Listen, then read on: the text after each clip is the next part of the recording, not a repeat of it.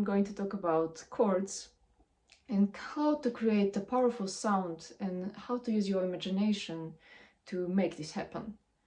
So my first tip is to think about the circular motion with your arm.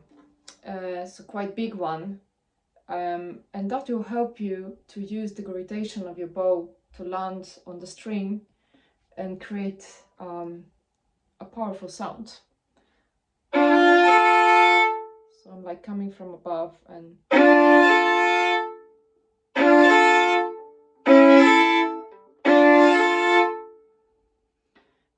that can also work for single notes. For example, if you want to play especially on a G string,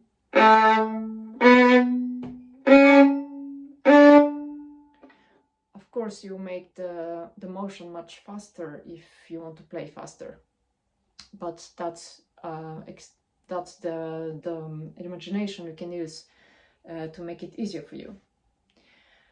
Tips number 2 is to think about that you have something heavy on your elbow and you are like, it's dragging you down, so that you can imagine that the bow and your arm is very heavy.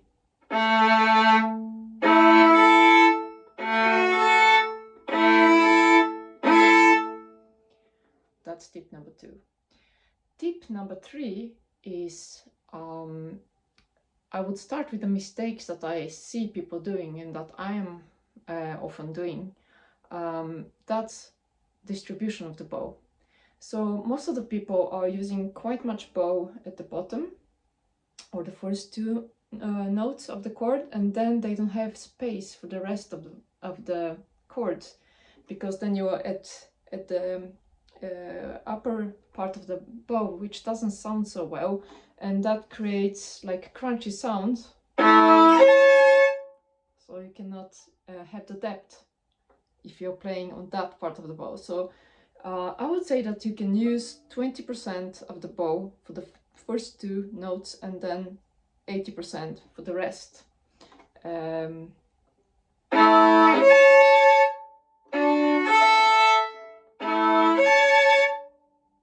My 4th tip is to think about playing on the middle string.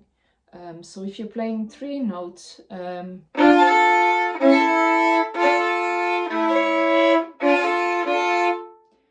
aiming for the D string, even though I'm playing on 3 strings, G, D and A string. I'm imagining that I'm only playing in the middle of the string, and in that way I'm actually not using the heaviness of the bow and the weight like I said in the beginning, because this is a different technique I need. I need to play the chords very fast and back and forward. And the last technique I'm using, I call grab and release. And it's great to use when you need to make a chord from the string and not from above, like in the first 2 examples of my tip.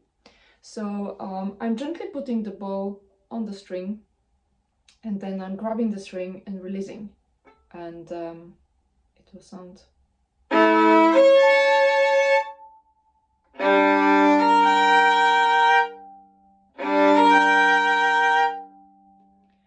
And in that way you have possibility to play also down and up.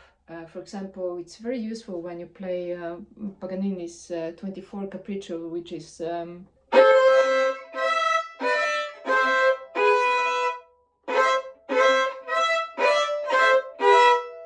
if you want to play that fast and without lifting the bow, you need to grab and release.